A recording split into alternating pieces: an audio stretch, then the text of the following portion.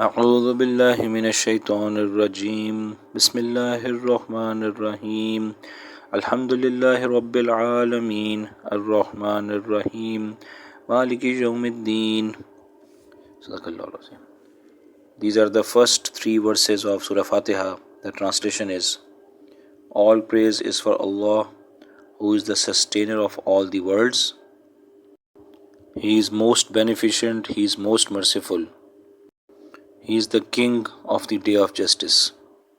In the previous lesson, we have defined the tafsir for the first verse. In the second verse, we are being told that Allah SWT is most beneficent, most merciful. Rahman and Rahim are in fact superlative nouns which demonstrate the mercy of Allah SWT, His characteristic of mercy. It demonstrates the superlative degree of Allah's characteristic of showing mercy. And Rahman means that His mercy is very impactful. It creates a lot of impact. It's overwhelming, it's overbearing. The quality, what it means is that the quality of His mercy is unimaginable. It's such a high quality mercy that it is able to impact every creation that Allah has created. And what Rahim means is that the amount of that mercy is too much, and it is so much that it cannot be counted. So his mercy is everywhere. It's so much in quantity that it seems to be everywhere. So for example, Allah SWT demonstrates His mercy in this world in many places, and in the grave for the pious people, and on the day of judgment for the people who will enter paradise, because you cannot enter paradise without Allah's mercy. And the reason that we say Ar-Rahman Ar-Rahim after Alhamdulillah Rabbil Alameen is that in the first verse we realize that we have to praise Allah because He is sustaining us. He created us, He is sustaining us, and that is why we should praise Allah subhanahu wa ta'ala. And the message is that He has not created us, or He is not sustaining us because Allah is dependent on this in some way. If He does not sustain us, then maybe Allah Ta'ala will na'uzubillah suffer some type of loss. That's not the case at all. But Allah subhanahu wa ta'ala is doing all of this from His mercy. That is why we say Ar-Rahman Ar-Rahim, that you have to worship Allah subhanahu wa ta'ala because He is doing such a huge favor for you, and running such a huge system of the universe, creating you and making paradise easy for you, and all of it done is because of His mercy. And so definitely Allah needs to be worshipped. So Ar-Rahman Ar-Rahim is a proof that why we should worship Allah, why we should praise Allah, because He is doing it out of His mercy. We do not have any relationship with Allah. We are not His relatives. We cannot claim to be close to Him, but still Allah subhanahu wa ta'ala sends His mercy on us. He creates us, He sustains us. So that is the reason that we should worship Him with our full heart. So this is the message of Ar-Rahman Ar-Rahim, that it is Allah's mercy which is driving the universe, which is driving me. I'm getting so many things from Allah subhanahu wa ta'ala every day. I'm getting clothes, I'm getting food, I'm getting so many luxuries, so many things. And all is because of His mercy that He is sustaining the world, He is sustaining me. So we should really worship Allah subhanahu wa ta'ala happily. The next verse is Maliki Yawmiddin. Now Malik is the king who has absolute power over every grain, every drop, every dot of His kingdom. And it is obvious that such a power can only be held by Allah subhanahu wa ta'ala, because the kings of this world, they are not Malik, they are only kings. They cannot claim to control everything that is in their kingdom. For example, the mountains and the sea, and even the human beings, they cannot claim to control human beings 100%. Their people will not listen to them all the time. But Allah subhanahu wa ta'ala is such a king that He's Malik, so His kingdom is in His absolute power 24/7, and every drop, every grain of His kingdom is in His absolute power and under His command all the time. So one cannot even begin to imagine the power of Allah's kingdom when we say that Allah is Malik. And the next word is like Maliki Yawmiddin, and Deen means recompensation. You get recompensation for your actions, so that is called Deen. So the translation is that Allah subhanahu wa ta'ala is the king of the day of judgment, or the day of recompensation, which is obviously Qiyamah. So the first message we get is that this world is not the place to get recompensation.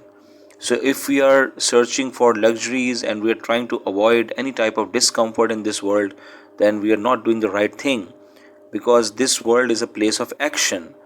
And that is why the prophets والسلام, were sent by Allah subhanahu wa ta'ala, because they told the people that you are supposed to act in this world and make your Allah ta'ala happy, and so that He can give you paradise, and there you will remain forever and you will be happy forever.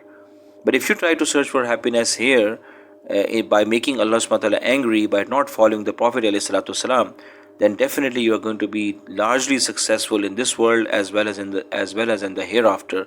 So that is the message of Maliki Yawmiddin, that the recompensation is not meant to be in this world at all. So it's useless to compete with people with respect to their dunya. It's useless to do that, because this world is not a place for any type of recompensation, but rather we are supposed to follow religion. So we see that the all the prophets ﷺ, they went through very tough times, and even there were the Sahaba went radiallahu ta'ala anhum ajma'in, they went through very tough times, and even there were lots of pious people who became close to Allah subhanahu wa ta'ala, and they went through a lot of tough times by their kings and by other things, but they bore it with patience. They bore everything with patience, because they knew that Allah subhanahu wa ta'ala is Maliki Yawmiddin, and the day of recompensation is yet to come. It's not there. So right now I'm supposed to be patient, I'm supposed to follow Deen 100%, and my recompensation is in the Akhirah. And that is what kept these people going forward with full determination. So what it means is that if we see someone who has lots of money in this world, it does not mean that Allah is happy with him. And if we see someone who is a beggar, who does not have the food for even one day in his house, that does not mean that Allah subhanahu wa ta'ala is angry with him, because this is not the time for recompensation. And the time for recompensation is in the Akhirah, because when the people who will go to hell, they will feel thirsty, so no one will give them water, like the water they want to drink. So that is the day of recompensation. Also in this world, when you get some luxury, that does not mean that Allah is happy with you, but it could be a trial, it could be an examination, it could even be a punishment. And similarly, if you are facing tough times, that does not mean that Allah subhanahu wa ta'ala is angry with you. It could be a trial, it could be an examination, or it could be just simply meant to elevate your ranks in paradise. If you pass through that test successfully with patience, then though your rank in paradise will increase by a large degree. So maybe that was the intention of Allah subhanahu wa ta'ala in giving you that pain. Also, we see that in this world, the people who are sinning, it seems as if nobody has any control over them. So the people who are doing corruption, who are sinning in any way possible, so it seems that there is no control. So they continue to do bad, they continue to confiscate the rights of other human beings in horrible ways, and it seems there's no one is doing anything. Allah subhanahu wa ta'ala is not doing anything, na'uzubillah. And similarly, the people who are pious, there are many situations in which they are made to feel uncomfortable, because they are following sunnah, and many people just don't want others to follow sunnah, because they see it as a digression from the normal way of life. Na'uzubillah min zalik. They just consider it odd that someone is following sunnah in a gathering, or in his room, or in his office, etc. So for such type of people, it seems there is no one to stop them and tell them that you are thinking in the wrong way. So that is an indication that the recompensation is going to come in the day of judgment. That is the time that is the time for recompensation. In this world, every criminal is going, seems scot free, and the pious people are being burdened by criticism. So that is an indication, in fact, that the recompensation is definitely going to come, when everything will be balanced out. The people who had sinned, they have to pay for their sins, and the people who were pious, they will get reward for their piety. That is an indication that day is going to come, inshallah ta'ala. And the next point is that one can say that, oh, Maliki Yawmiddin, I get it, but isn't Allah subhanahu wa ta'ala Malik of this world as well? So obviously, He is the Malik of this world as He is the Malik of the Akhirah. But it is not mentioned here, because in this world Allah subhanahu wa ta'ala has given some power to the human beings and jinns as well. because Allah subhanahu wa ta'ala has to run the affairs of the universe, and that required giving some type of power, a very virtual type of power to the human beings so that they can run the affairs of the world, and maybe some affairs of the planets or the universe or whatever. So some type of power has been given to the human beings. So that is why it is not specified absolutely that Allah subhanahu wa ta'ala is the Malik of this world as well. But when we say Maliki Yawmiddin, it is implied that Allah subhanahu wa ta'ala is Malik of Barzakh as well, and is Malik of this world as well. So in the first verse of Surah Fatiha, we learned about Tawheed, that we are supposed to worship Allah subhanahu wa ta'ala. He is the one and only Allah, because He is sustaining, creating and sustaining everything on His own, through His own powers, absolute power. So that is the strongest proof that we should worship Him. And in the third verse, what we came to know is that the concept of Akhira is absolutely important in the eyes of Allah subhanahu wa ta'ala, because it's the third verse of the Holy Quran, and that mentions the Akhira.